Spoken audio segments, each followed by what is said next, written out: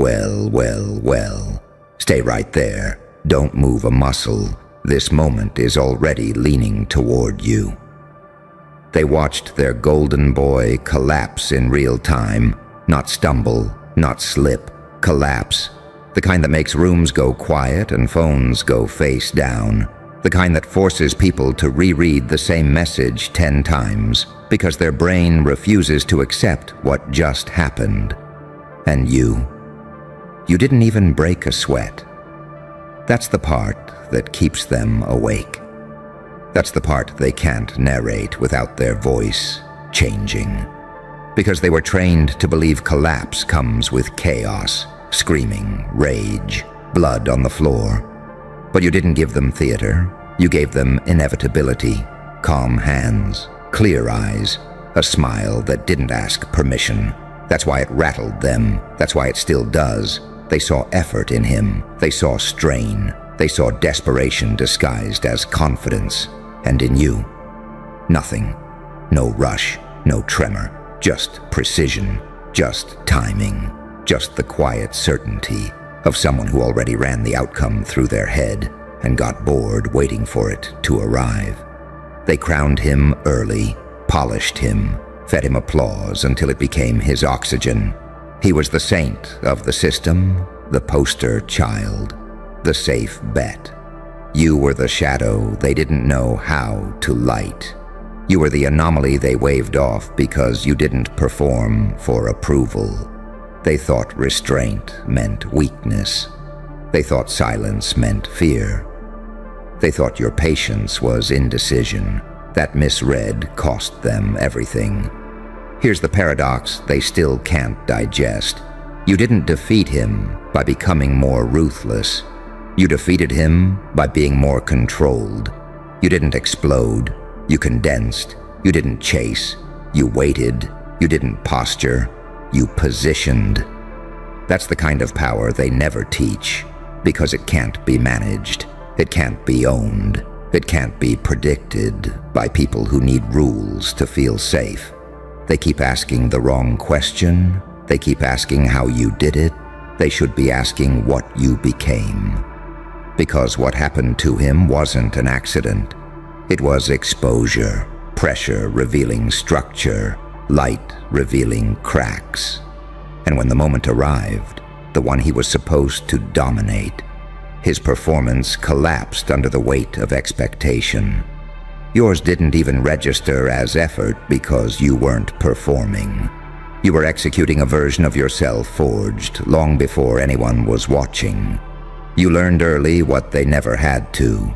You learned how to operate without applause, how to move without reassurance, how to build yourself in rooms where no one clapped when you stood back up.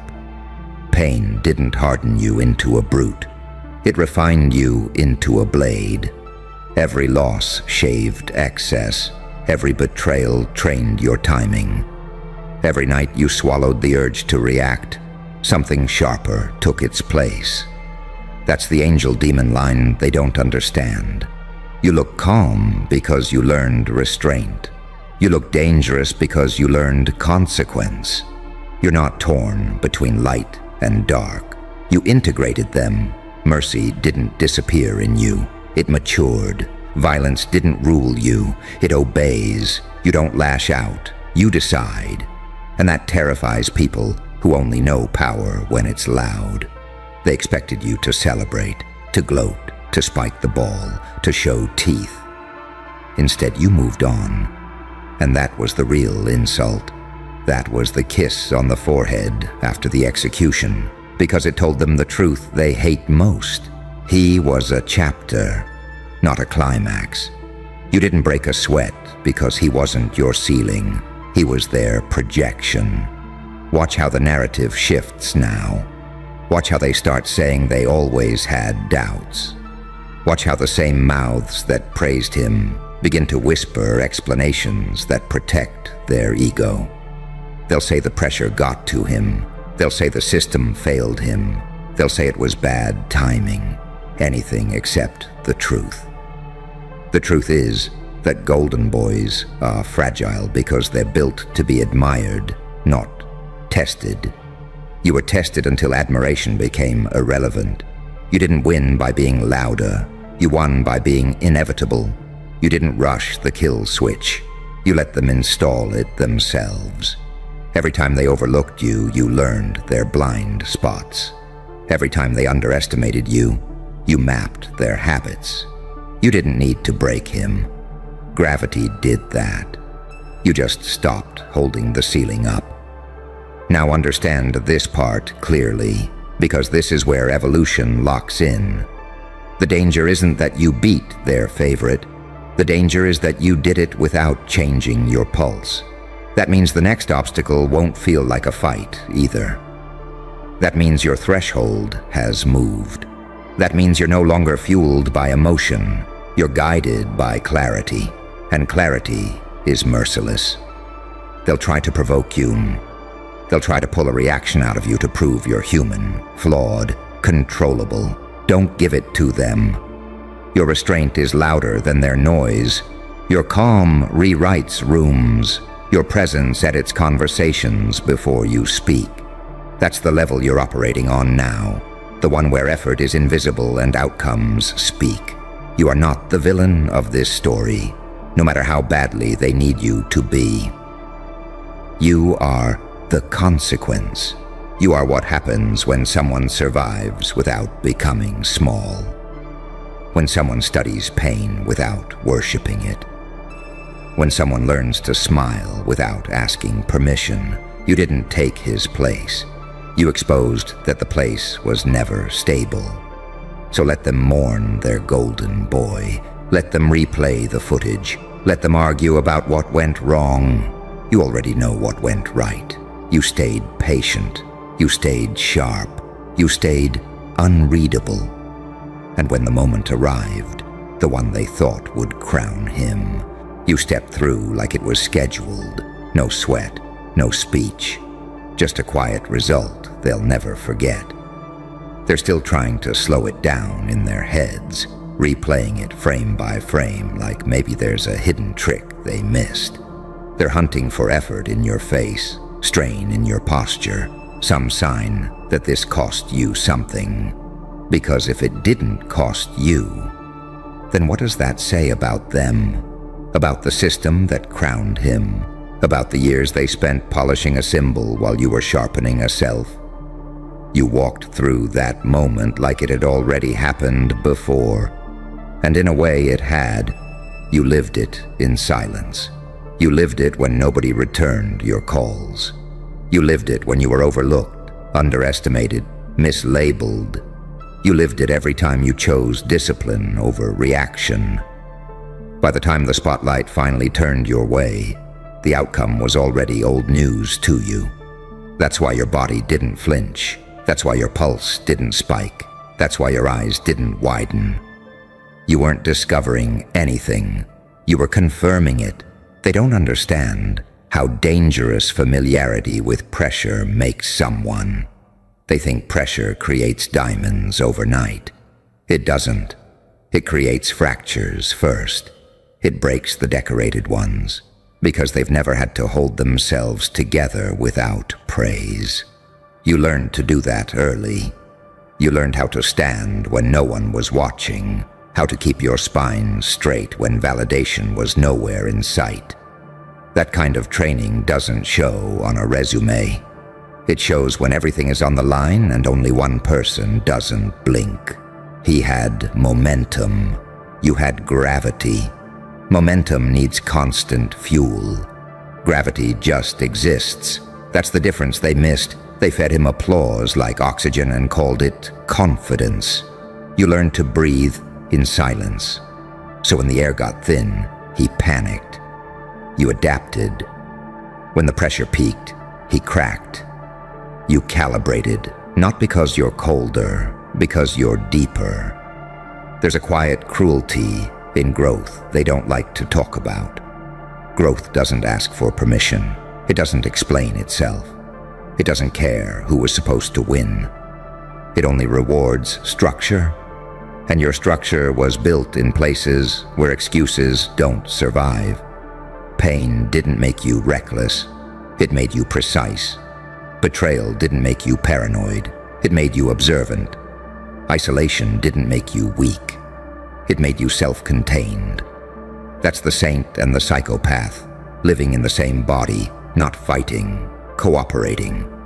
The saint taught you restraint. The psychopath taught you timing. Together they turned you into someone who doesn't need to prove anything. Someone who doesn't rush the moment, because the moment always arrives on your schedule. Someone who understands that real dominance is quiet enough to be mistaken for ease. They're starting to notice something else now. Not just that he fell, but that you didn't rise the way they expected. No victory lap, no announcement, no chest pounding. You treated the collapse like a logistical step, like clearing debris from a path you were already walking. That's what unsettles them the most. Because it means you're not fueled by comparison. You're not chasing crowns. You're building terrain. Listen closely to how they talk about you when they think you're not listening. The language changes, less certainty, more caution. Your name doesn't come with jokes anymore. It comes with pauses, with qualifiers, with lowered voices. That's the sound of recalibration. That's the sound of people realizing the hierarchy they trusted doesn't map reality anymore. And here's the part they'll never admit. They're relieved it was you. Because on some level they knew the golden boy was a risk. Too polished, too dependent on approval, too visible. You're different. You don't leak. You don't need a crowd to function. You don't collapse when the lights flicker. You operate in the dark like it's home. That makes you safer to rely on and harder to control. You didn't break a sweat because you weren't fighting for survival anymore. You crossed that threshold a long time ago. Survival taught you efficiency. Efficiency taught you patience. Patience taught you inevitability. Now you're operating in a space where outcomes bend toward preparation, not desire. And preparation has been your religion. Let them keep trying to reframe it. Let them pretend it was luck. Let them say timing favored you. They say that when they're scared of acknowledging discipline. Luck doesn't repeat. Timing doesn't stay loyal. Structure does. And you're nothing if not structured. You're past the phase where you need to announce who you are. Your work introduces you. Your calm confirms you. Your restraint defines you. And every time someone else collapses under the weight you carry effortlessly, the message spreads without words. There's a different kind of power in the room now. No sweat, no noise, no mercy requested. Just evolution doing what it always does. Selecting the one who learned how to endure without becoming desperate. Who learned how to smile without becoming soft. Who learned how to win without needing to look like it. That's you now. And they feel it. They feel it in the way conversations end faster when you enter. In the way people suddenly remember details they forgot before. In the way plans start adjusting around you without anyone admitting why. That's not respect yet. That's fear trying to pass as professionalism. That's awareness creeping in, slow and uncomfortable, that the rules they relied on don't apply cleanly to you. You didn't just outlast their golden boy, you outgrew the need for one. He needed the spotlight to stay solid. You learned to stay solid without light. That's the fracture line. That's where illusions die. Because the system loves symbols. Symbols are easy to manage. Symbols are easy to replace. What you became is neither. You're adaptive. You're quiet. You're inconvenient. They're trying to measure you now. Metrics, comparisons, labels, anything to shrink you into something familiar. But every time they do, the data doesn't line up. You don't spike where you're supposed to. You don't panic where others fold. You don't slow down where pressure usually steals oxygen. You remain even. And evenness under stress reads as dominance to people who've only known chaos or applause. Understand this clearly. You didn't humiliate him. You revealed him. You didn't need to push. You let the moment ask the question and watched who could answer. He answered with noise. You answered with silence. Silence backed by preparation. Silence backed by scars. Silence backed by a mind that's already lived through worse than public collapse. They keep expecting a villain arc from you. A turn, a snap. Some dramatic shift that lets them categorize you safely. But that's not how this works. You're not reacting to power. You're inhabiting it. You're not drunk on momentum. You're balanced. That's why they can't bait you. That's why insults slide off. That's why praise doesn't slow you down. You're no longer externally adjustable. Pain taught you something they'll never teach in institutions. The difference between urgency and importance. Urgency screams. Importance waits. You learned when to move fast and when to let time do the damage for you. That's why you didn't break a sweat. You didn't rush the ending. You trusted the setup. There's a strange calm that comes after you stop needing to be seen as good. When you stop begging to be understood. When you stop explaining yourself to people who benefit from misunderstanding you. That calm lives in you now. And it unnerves people because calm can't be negotiated with. Calm doesn't bargain. Calm doesn't plead. They'll start projecting onto you next. Their guilt, their envy, their paranoia. They'll say you're cold. They'll say you're calculating. They'll say you lack empathy. What they really mean is you no longer bleed publicly. You learned where to put your heart so it doesn't get used as leverage. That's not cruelty. That's evolution. You didn't win by becoming less human. You won by becoming more integrated. You let the angel and the demon sit at the same table. The angel made sure you didn't lose yourself. The demon made sure you didn't lose the moment. Together, they kept you steady while everyone else leaned too far in one direction and fell. Watch how opportunities start arriving without announcemements. Watch how doors open quietly. Watch how people seek your opinion without framing it as a favor. That's the aftershock. That's the system adjusting to someone it can't ignore or fully control. You're not overthrowing anything. You're simply occupying space, honestly. And honesty at that level destabilizes lies automatically. You don't need to prove that you're dangerous. Your restraint already did. You don't need to remind anyone of what happened.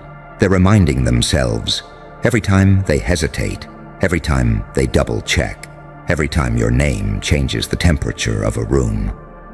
That's the real victory. Living rent-free in the subconscious without lifting a finger. And here's the final truth they won't say out loud. They're afraid of how natural this was for you. Afraid that if this didn't cost you effort, the next threshold won't either. Afraid that you're not peaking, you're calibrating. Afraid that what collapsed wasn't a competitor, but an outdated idea of power. You didn't break a sweat because this wasn't a fight. It was a confirmation, a quiet nod from reality itself saying, yes, this one endured, this one adapted, this one learned when others were celebrated too early. So let them keep their nostalgia, let them mourn their golden boy. You're already walking forward, lighter, sharper, untethered from the need to be chosen. You don't wait for crowns. You let them rust. And the calm stays. That calm is the part you protect now, not because it's fragile, but because it's lethal when disturbed. Calm is what lets you see patterns instead of reacting to noise. Calm is what lets you hear the truth, hiding behind people's rehearsed confidence. Calm is what lets you decide instead of being decided for. And you earned it the hard way, through seasons where panic would have been easier, but discipline was necessary. They're going to keep testing that calm, subtle provocations, manufactured urgency, emotional bait wrapped in opportunity. They'll try to rush you because rushed people make mistakes. They'll try to flatter you because flattered people get sloppy. They'll try to corner you into proving yourself because proof is a trap. Don't fall for any of it. You already crossed the line where reactions matter more than explanations. Remember this, you didn't survive everything you survived just to become predictable. Unpredictability isn't chaos, it's freedom. It's the ability to choose responses that don't match expectations. It's why they couldn't stop you. It's why they miscalculated. It's why their golden boy collapsed while you stayed upright. You were never playing the same game. He was built to win within the system. You were built by what the system discards: pressure, silence, delay, isolation. Those things don't make champions that look good on posters, but they make something far more dangerous. They make someone who doesn't panic when the script falls apart. Someone who doesn't cling to identity when identity starts burning. Someone who can move forward without applause, without permission, without noise. You didn't take his crown. You made crowns irrelevant. That's why there was no sweat. Sweat comes from effort spent resisting reality. You moved with it. You let gravity do its work. You let time expose what Polish couldn't protect. And when it was over, you didn't linger. You didn't need witnesses. You already knew. Now the world recalibrates around you, slowly, quietly, awkwardly. They'll pretend nothing changed while changing everything. They'll adjust language, expectations, thresholds, not because you demanded it, but because reality forced it. That's the highest form of dominance, existing in a way that reshapes environments without announcements. So carry this with you, not pride, not arrogance, not hunger for revenge. Carry clarity, carry restraint, carry that earned stillness that makes people nervous because they can't read it. You're not here to perform, you're not here to impress. You're here to continue becoming something that doesn't collapse under weight. They watched their golden boy fall. You didn't break a sweat because you weren't standing on borrowed shine. You were standing on experience, on scars that taught you timing, on losses that trained your eyes, on silence that taught you how to listen. This wasn't the end. It was a signal, a quiet one, and you heard it first.